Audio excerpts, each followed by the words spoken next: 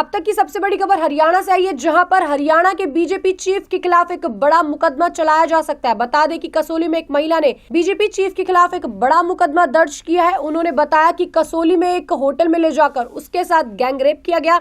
न केवल BJP chief, उनके साथ एक बड़ा सिंगर भी इसमें मौजूद था। महिला की गलत वीडियो बनाई गई और बार बार उसे डराया गया कि अगर हमारे पास नहीं आई तो इसको वायरल कर देंगे। बार बार महिला को डराकर अपने घर पर बुलाया गया। आइए जानते हैं पूरा मामला। हिमाचल प्रदेश के कसौली में एक होटल में विवाहित महिला के साथ सामूहिक बलात्कार की वारदात सामने आई है।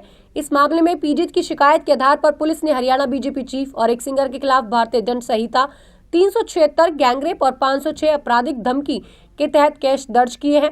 पीड़ित महिला की शिकायत के मुताबिक वो अपने बॉस और एक महिला दोस्त के साथ कसौली के एक होटल में ठहरी थी। 3 जुलाई 2023 को वहां उसकी मुलाकात हरियाणा बीजेपी चीफ मनोहर लाल बड़ौली और सिंगर जय भगवान उर्फ रॉकी से हुई। दोनों ने पीड़िता को अपने रुख सुख बताए और वहां तक पहुंचाया और उसे अवगत कराया। सरकारी नौकरी दिलाने के लिए उसे लालच दिया और उसे हीरोइन बनाने का भी झांसा दिया गया। पीड़िता जब उनके प्रभाव में आ गई तो उन लोगों ने उसके साथ जबरदस्ती की। उसे जबरदस्ती से शराब पिलाने के लिए मजबूर किया गया।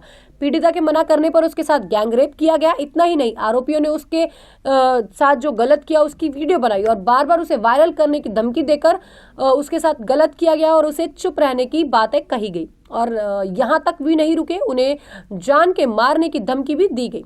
2 महीने पहले पीड़िता को पंचकुला में रॉकी के घर भी बुलाया गया। वहां आरोपियों ने उसे झूठे केस में फंसाने की धमकी दी। इसके बाद 13 दिसंबर 2024 को सोलन के कसौली में पीड़िता ने शिकायत दर्ज कराई।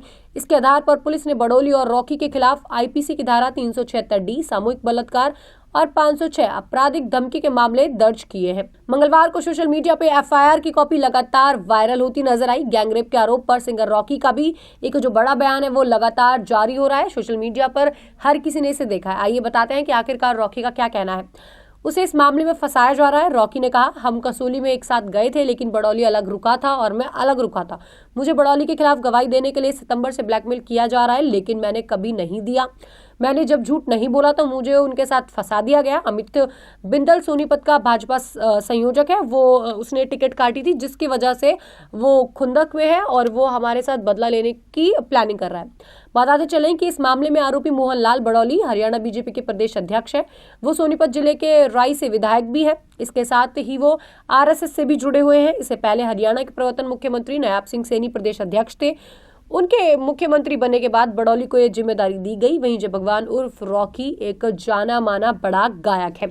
अब देखने वाली बात होगी कि ये बड़े लोग हैं तो क्या महिला को जो इंसाफ है वो मिल पाएगा या नहीं। महिला का लगातार कहना है कि मुझे शराब पीने के लिए कहा गया लेकिन मैंने जब ये चीजें नहीं की तो जबरदस्ती मेरे साथ गैंग रेप किया गया, मेरी गलत तरीके से वीडियो बनाई गई। लगातार 1 साल से ज्यादा से मुझे इस वीडियो को दिखाकर डराया जाता है।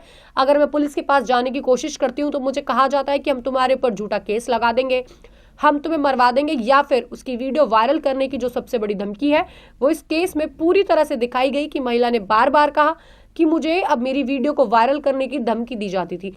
अब लगातार बीजेपी के चीफ इस पूरे मुद्दे के मुख्य जरिया माने जा रहे हैं। साथ साथ एक सिंगर है जाना माना रॉकी, वो भी इस पूरे किस्से का मुख्य बताया जा रहा है। अब देखने वाली बात होगी कि क्या ये दोनों गलत साबित होते हैं। लेकिन अभी तक बीजेपी के चीफ का कोई भी जो बयान है वो जारी नहीं हुआ है और बीजेपी भी इस पे पूरी तरह से चुप्पी बनाते हुए नजर आई। अभी तक बीजेपी के किसी भी बड़े नेता का कोई भी बयान नजर नहीं आया। लेकिन रॉकी ने अपने आप को बचाते हुए एक बड़ा बयान दिया जिसमें उन्होंने साफ कहा कि इसमें मेरी कोई गलती नहीं है। सोनीपत के एक बड़े नेता का भी नाम इसमें जो है वो बीच में लाया गया। उन्होंने सोनीपत के नेता के लिए कहा कि हमने इनकी टिकट काटी थी, उन्हें टिकट ना दी गई। बीजेपी के चीफ जो है उन्हें टिकट दी गई जिस वजह से ये मेरा नाम फंसा रहे। मुझे लगातार कहा जा रहा है कि तुम इनका नाम फंसाओ और मैं तुम्हें पैसे दूंगा, लेकिन मैं जब उनकी बात नहीं मानी तो अब मेरे ऊपर भी गैंगरेप का नाम लगा दिया गया है। देखने वाली बात होगी कि क्या ये पूरा मामला है ये कौन सी तरफ रुक जाता है। ज्यादा जानकारी के लिए बने रहे हमारे साथ रियासत न्यूज।